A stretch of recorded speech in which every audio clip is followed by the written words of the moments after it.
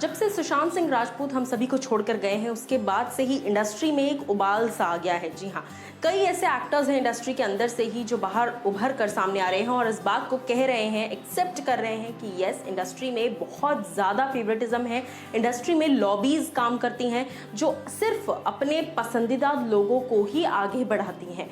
ऐसे में अभय देओल, जिनको आपने कई बॉलीवुड की सुपरहिट फिल्म्स में देखा है, टैलेंटेड एक्टर हैं, अभय देओल सामने आकर उन्होंने बहुत सारी बातें बताई। उनकी एक फिल्म आई थी जिंदगी ना मिलेगी दोबारा, जो कई लोगों को पसंद है। उस फिल्म में फरहान अख्तर, कटरीना कैफ, कल्कि और ऋतिक रोशन, ये सभी लोग एक साथ थे। ये एक मल्टी स्टारर फिल्म थी, लेकिन इस फिल्म से रिलेटेड एक बहुत बड़ा स्टेटमेंट अभय देओल ने दिया। जी हाँ, ये स्टेटमेंट हालांकि कुछ वक्त पहले दिया था, लेकिन हाल ही में ये बात इसीलिए निकल कर आ रही है क्योंकि वापस से अभय देओल ने बातचीत के दौरान इसी बात को बताया, डिटेल में बताया। पहले मैं आपको उनका वो पोस्ट पढ़कर सुनाती हूँ जब उन्होंने जून में, जी हाँ, जिस वक्त सुशांत सिंह राजपूत के साथ ये घटना हुई, उसके बाद जब नेपोटिज्म का मुद्दा जो है वो totally all over the internet था, हर जगह पर सिर्फ और सिर्फ एक ही बात हो रही थी, नेपोटिज्म की।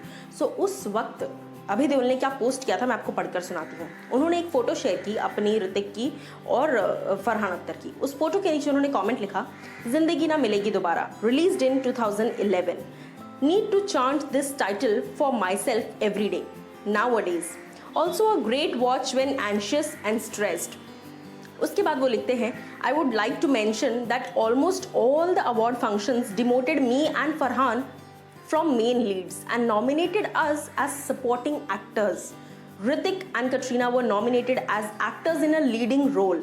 So by the industry's own logic, this was a film about a man and a woman falling in love with the man supported by his friends for whatever decisions he takes.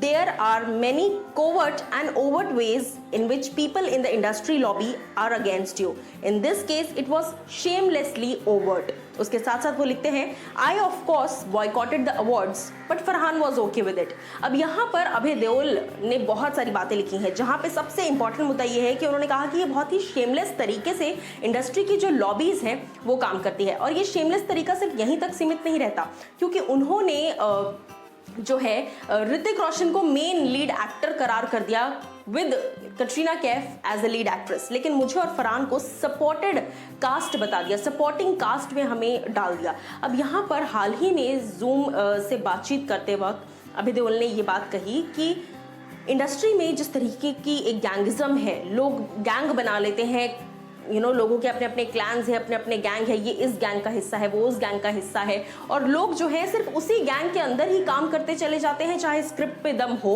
चाहे ना हो। लोग उसी gang में एक जो भेड़चाल होती है ना दोस्तों, वो भेड़चाल में एक दूसरे के साथ जुट कर उसी में काम करने लग जाते हैं। उसके साथ साथ अभय देओल ने ये भी कहा कि मुझे इंडस्ट्री के इस बर्ताव को मैं अपनी तरफ से शेमलेस बर्ताव कहना चाहूँगा।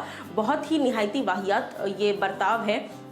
मैंने यानी अभय देओल ऐसा कहते हैं कि मैंने अपनी जगह से मैंने तो बॉयकॉट कर दिया जितने भी अवार्ड फंक्शंस थे, क्योंकि किस एंगल से वो फिल्म एक लड़का लड़की की प्रेम कहानी थी, जिंदगी ना मिलेगी दोबारा 3 दोस्तों की कहानी थी, 3 गाय फ्रेंड्स की कहानी थी जो एक जर्नी पर एक साथ निकलते हैं। यही टाइटल भी सजेस्ट करता है, लेकिन इंडस्ट्री का अपना खुद का लॉजिक है कि जो सबसे पॉपुलर स्टार है उसको अवार्ड पकड़ा देते हैं और बाकी दोनों को सपोर्टिंग एक्टर्स में काउंट कर दिया। हालांकि फरहान अख्तर का नाम लेकर भी अभय देओल ने कहा कि Farhan was okay with it, Farhan को ज्यादा बुरा नहीं लगा, उन्हें ज्यादा फर्क नहीं पड़ा, लेकिन मुझे एज एन एक्टर काफी हर्ट हुआ। इस बात से नहीं कि अवार्ड मुझे नहीं मिला, इस बात से कि आपने हमें सपोर्टिंग एक्टर्स का खिताब दे दिया, तो ये काफी मुझे गलत लगा, जो कि जायज भी है। अब देखिए, सुशांत के जाने के बाद से आप ये कह सकते हैं कि इंडस्ट्री में एक तरीके का जो है उबाल, जैसा मैंने कहा कि उबाल तो आया ही हुआ है, लेकिन लोग जो है अब खुलकर सामने आ रहे हैं और अपना जो दर्द है, इतने सालों से जो एक लॉबी का प्रकरण जो चला है और इस तरह की चीज़ों में जितना भी सफ़र किया है लोगों ने, वो ना सामने आकर बता रहे हैं और जता रहे हैं।